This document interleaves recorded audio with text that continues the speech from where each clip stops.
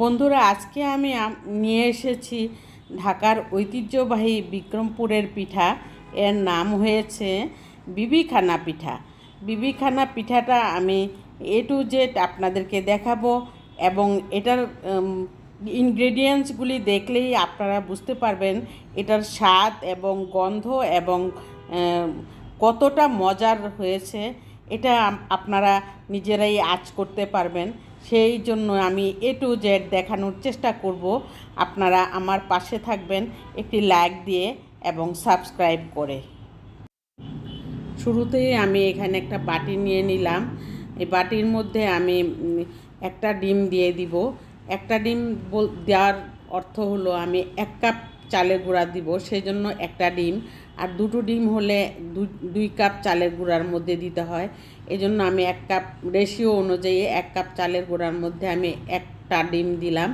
আর half litre দুধকে আমি ঘন করে 1 কাপ দুধ বানিয়ে নিয়েছি। এই দুধটা অনেক ইম্পর্ট্যান্ট বিবিখানা পিঠার জন্য। এই বিবিখানা পিঠার মধ্যে দুধটা ঘন হলে এটার স্বাদ অনেক গুণে বেড়ে যায়। তারপর আমি এখানে দিয়ে দিলাম 1 কাপ গুড়।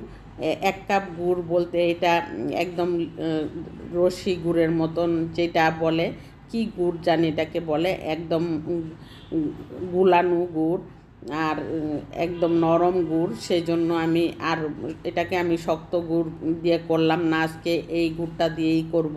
এই গুড়ের মধ্যে মিষ্টি অনেক বেশি থাকে, সেই জন্য আমি এখানে এই গুড়টা 1 কাপ দিয়ে দিলাম। তারপর আমি স্প্যাচুলা দিয়ে নাড়াচাড়া করার এক সময় আমি এখানে হাফ চা চামচ লবণ দিয়ে দিলাম। হাফ চা চামচ লবণের সাথে 2 চা চামচ তেলের সাথে 2 চা চামচ ঘি মিশিয়ে দিলাম। দুটো মিলিয়েই দিলাম। এখানে শুধু ঘিয়ের মধ্যে করলে তো আরও ভালো। আমি এখানে 2 চা চামচই দিলাম ঘি। তারপর আমি এখানে 1 কাপ চালের গুঁড়া নিয়েছি, আর এখানে হাফ কাপ ময়দা নিয়েছি। আর এখানে 1 কাপ নারকেল কুড়া নিয়েছি আমি। নারকেল কুড়াটা একটু বেশিই দিয়ে দিলাম। আর এখানে দিয়ে দিলাম বেকিং পাউডার। তারপর স্প্যাচুলা দিয়ে খুব নাড়াচাড়া করে আমি একদম ভালো করে একদম যাতে কোনো দানাদার কোনো কিছুই না থাকে। তারপর আমি এখানে একটি 6 ইঞ্চি মোল্ডের মধ্যে তেল ব্রাশ করে তারপর আমি ঢেলে দিলাম। আর চুলার মধ্যে আমি একটি হাঁড়ি বসিয়ে নিয়েছি পানি দিয়ে। ওই চুলার হাঁড়িটার পানিটা বলক আসছে। এই জন্য আমি এখন চুলাতেই আজকে এই বিবিখানা পিঠাটা বানিয়ে দেখাবো। আরেক দিন আমি ওভেনে বানাবো, আজকে আমি চুলাতেই বানাবো। সেজন্য আমি এখানে শাসলিকের কাঠি দিয়ে আমি ভালো করে নাড়াচাড়া করে ট্যাপ করে আমি এখন চুলার মধ্যে দিয়ে দিব। আর এই মধ্যে আমি মশলাটার মধ্যে আমি কয়টা চেরি দিয়ে দিচ্ছি, যাতে মাঝে মাঝে কাটার মধ্যে বা খাওয়ার মধ্যে চেরিটা মুখে লাগে। সেজন্য আমি ভিতরে চলে যাবে, কিন্তু তবু আমি সাজানোর জন্য আমি এটা করেছি। তারপর এই যে পানিটা বলক আসছে, বলক আসার পরে আমি ভাবলাম যে দিব এখানে ব্যাটারটা আমি মোল্ডটা বসিয়ে দিব। পানিটা মোটামুটি ভালোই আছে, কিন্তু উপরে উঠবে না পানি। এই অনুসারে আমি পানিটা দিয়েছি। এখন আমি ঢেকে দিব। ঢেকে একদম প্রায় 1 ঘন্টা, ছোট পিঠা থেকে আমি 1 ঘন্টা জাল করব। আর একটু বড় পিঠা হলে কিন্তু 1.5 ঘন্টা লাগতো। এখন প্রায় আমি 1 ঘন্টা পরে আমি ঢাকনা খুলছি।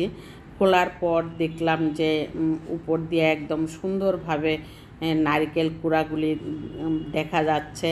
আর শাসলিকের কাঠি দিয়ে যখন ঢুকালাম তখন দেখলাম যে একদম ক্লিন হয়ে আসছে। সেই জন্যই ভেবেছি যে একদম 1 ঘন্টা, পুরো 1 ঘন্টা সময় লেগেছে আমার পিঠাটা হইতে। আর এটাকে আমি এখন নামিয়ে নিব। নামিয়ে আমি ঠান্ডা করে ফ্রিজে রাখবো আগে, তারপরে কাটবো।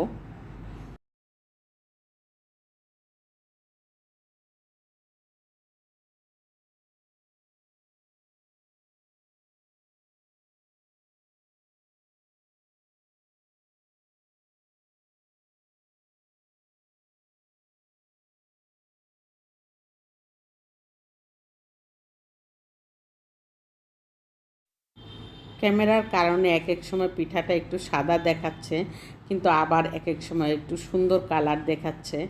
আর আর ডেকোরেশনটা কেমন হয়েছে আপনারা আমাকে কমেন্টে জানাবেন।